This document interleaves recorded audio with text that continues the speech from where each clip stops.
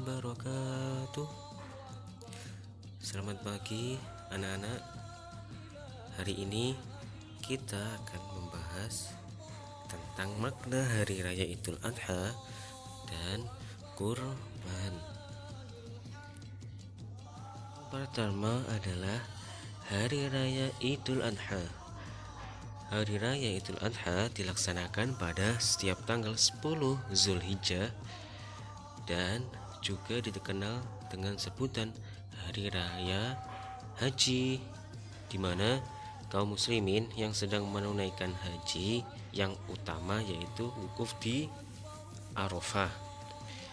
Mereka semua memakai pakaian serba putih dan tidak berjahit yang disebut sebagai pakaian ihram, melambangkan persamaan akidah dan pandangan hidup, mempunyai tatanan nilai yaitu nilai persamaan dalam segala segi bidang kehidupan.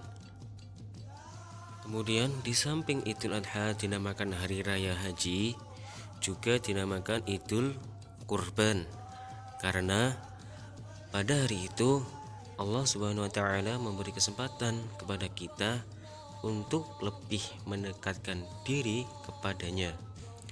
Bagi umat muslim yang belum mampu mengerjakan perjalanan haji, maka ia diberi kesempatan untuk berkurban, yaitu dengan menyembelih hewan kurban sebagai simbol ketakwaan dan kecintaan kita kepada Allah Subhanahu wa taala.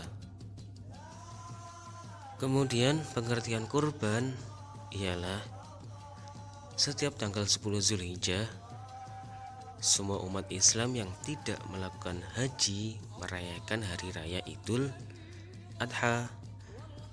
Pada hari itu umat Islam sangat disunahkan untuk berkurban, di mana mereka menyembelih hewan kurban untuk kemudian dibagi-bagikan kepada seluruh umat Islam di suatu daerah. Lalu, apakah sebenarnya kurban itu? Nah, kurban berasal dari bahasa Arab kurban yang berarti dekat. Kurban dalam Islam juga disebut dengan al-udhiyah dan ad-dahiyah yang berarti binatang sembelih seperti unta, sapi, kerbau, dan kambing yang disembelih pada hari raya Idul Adha dan hari-hari tasyrik sebagai bentuk taqarrub atau mendekatkan diri kepada Allah. Kemudian dalil disyariatkannya kurban, yakni Allah Subhanahu wa taala telah mensyariatkan kurban dengan firman-Nya di dalam surat Al-Kautsar ayat 1 sampai 3. Yang mana sungguhnya kami telah memberikan kepadamu nikmat yang banyak, maka dirikanlah sholat karena Tuhanmu dan berkurbanlah, sesungguhnya orang-orang yang membencimu dialah yang terputus. Kemudian yang kedua di dalam surat Al-Hajj ayat 36,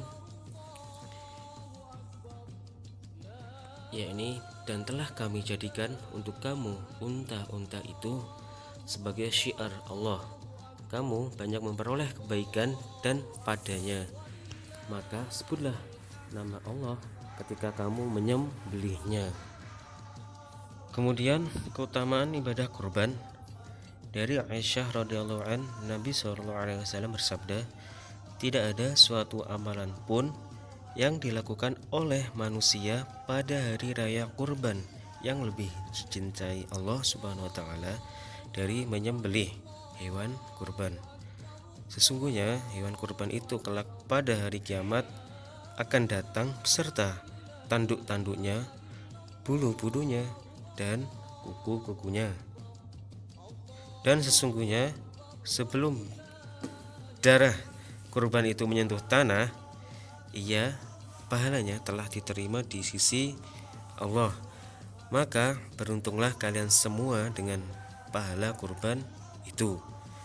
Hadis riwayat At-Tirmidzi. Kemudian hukum berkurban, ialah hukumnya adalah sunnah muakkad, yaitu sunnah yang sangat dianjurkan bagi orang yang mampu melakukannya, lalu ia meninggalkan hal itu, maka ia dihukumi makruh. Hal ini berdasarkan hadis yang diriwayatkan oleh Bukhari dan Muslim bahwa Nabi SAW pernah berkurban dengan 2 kambing kibasi yang sama-sama berwarna putih kehitam-hitaman dan bertanduk. Beliau sendiri yang menyembelih kurban tersebut dan membacakan nama Allah serta bertakbir waktu memotongnya. Kemudian dari Ummu Salamah radhiyallahu anha, Nabi SAW bersabda, "Dan jika kalian telah melihat hilal masuknya bulan Zulhijjah dan salah seorang di antara kamu ingin berkurban, maka hendaklah ia membiarkan rambut dan kuku-kukunya." Hadis riwayat Muslim. Arti sabda Nabi SAW ingin berkorban adalah dalil bahwa ibadah kurban ini sunnah, bukan wajib.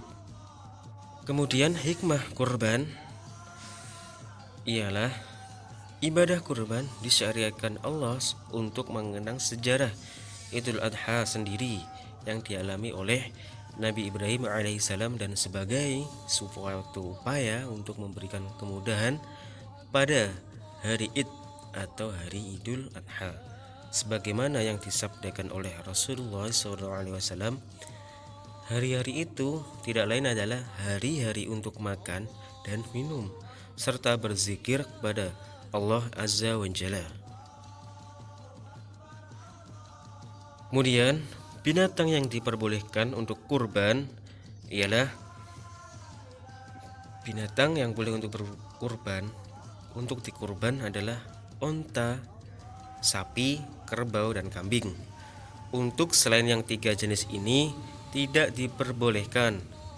Allah Subhanahu wa taala telah berfirman di dalam surat Al-Had ayat 34, supaya mereka menyebut nama Allah terhadap binatang ternak yang telah dianugerahkan Allah kepada mereka, dan dianggap memadai berkurban dengan domba yang berumur setengah tahun, kambing Jawa yang berumur 1 tahun, sapi yang berumur 2 tahun, dan unta yang berumur 5 tahun, baik itu jantan atau betina.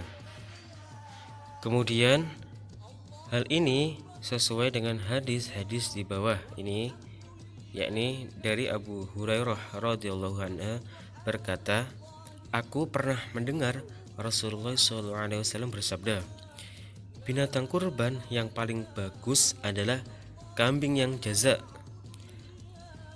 Kambing yang jaza itu adalah powel berumur 1 tahun. Hadis riwayat Ahmad dan Tirmidzi. Kemudian dari Uqbah bin Amir radhiyallahu anha, aku berkata, "Wahai Rasulullah SAW, aku mempunyai jaza." Rasulullah SAW menjawab, "Berkurbanlah dengannya." Hadis riwayat Bukhari dan Muslim. Lalu dari Jabir radhiyallahu anhu, Rasulullah SAW bersabda, "Janganlah kalian mengorbankan binatang kecuali yang berumur 1 tahun ke atas. Jika itu menyulitkanmu, maka sembelilah domba jaza."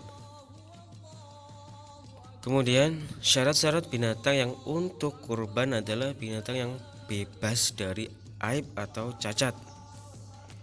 Karena itu tidak boleh berkurban dengan binatang yang cacat ataupun yang aib seperti di bawah ini. Yang pertama, yang penyakitnya terlihat dengan jelas. Yang kedua, yang buta dan jelas terlihat kebutaannya. Yang ketiga, yang sumsum tulangnya tidak ada karena kurus sekali. Rasulullah SAW bersabda, ada 4 penyakit pada binatang kurban yang dengannya kurban itu tidak mencukupi, yaitu yang buta dengan kebutaan yang nampak sekali, dan yang sakit dan penyakitnya terlihat sekali, yang pincang sekali, dan yang kurus sekali. Hadis riwayat At-Tirmidzi. Seraya mengatakan hadis ini hasan sahih. Kemudian yang keempat, yang cacat, yaitu yang telinga atau tanduknya sebagian besar hilang.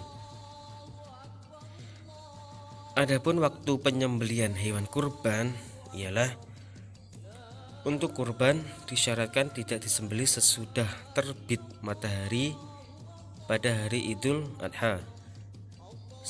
Sesudah itu boleh menyembelihnya di hari mana saja yang termasuk hari-hari tasyrik, baik malam maupun siang. Setelah 3 hari tersebut tidak ada lagi waktu penyembelihannya. Dalam hadis yang lain, Rasulullah SAW bersabda, barang siapa yang menyembelih sebelum sholat, maka sesungguhnya ia menyembelih untuk dirinya, dan barang siapa yang menyembelih setelah sholat dan khutbah, sesungguhnya ia telah sempurnakan dan ia mendapat sunnah umat Islam. Hadis riwayat Bukhari dan Muslim. Nah, untuk lebih jelasnya tentang hewan yang boleh untuk kurban, doa-doa apa saja pada saat penyembelihan hewan kurban, dan tata cara penyembelihan hewan kurban, silahkan kalian simak dan perhatikan video berikut.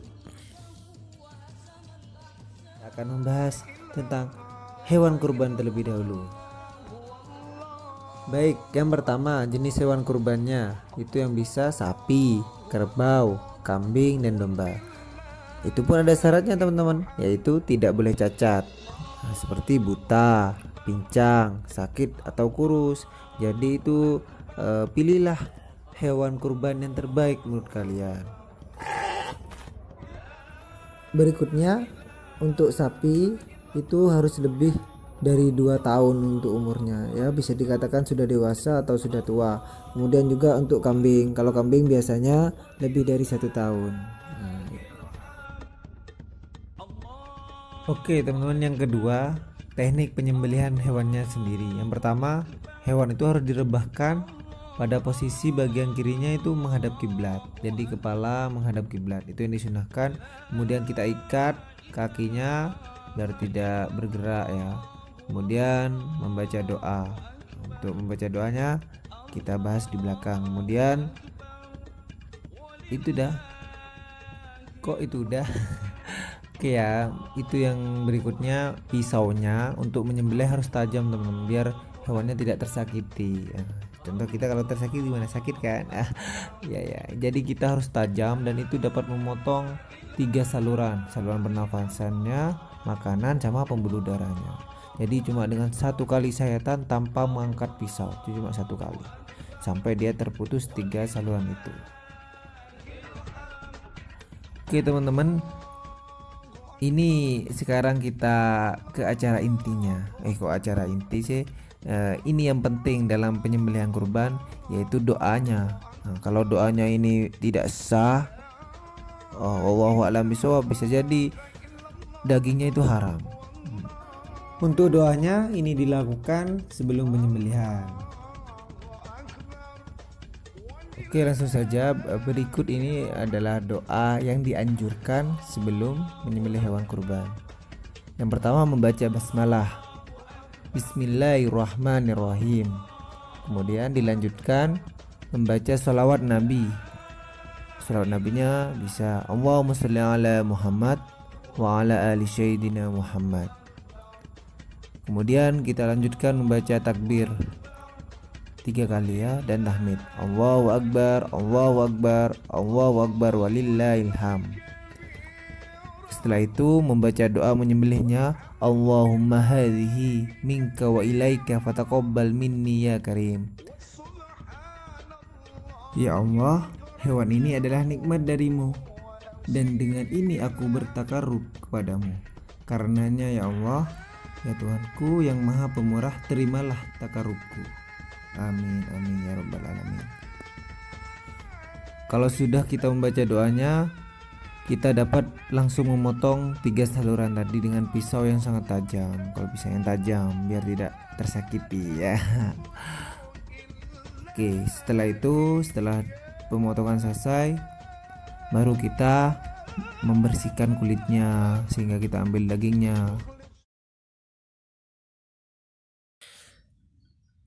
Sebelum materi saya akhiri,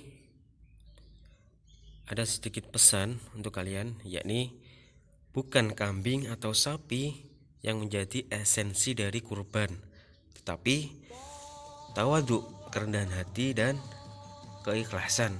Itulah makna kurban yang sebenar-benarnya. Dari saya mungkin ada salah kata, mohon maaf yang sebesar-besarnya. Saya akhiri, dan saya mewakili semua guru SMP Islam Al-Badar dan SMK Al-Badar mengucapkan selamat Hari Raya Idul Adha 1441 Hijriah. Wallahu muwaffiq ila aqwamit thoriq. Wassalamualaikum warahmatullahi wabarakatuh.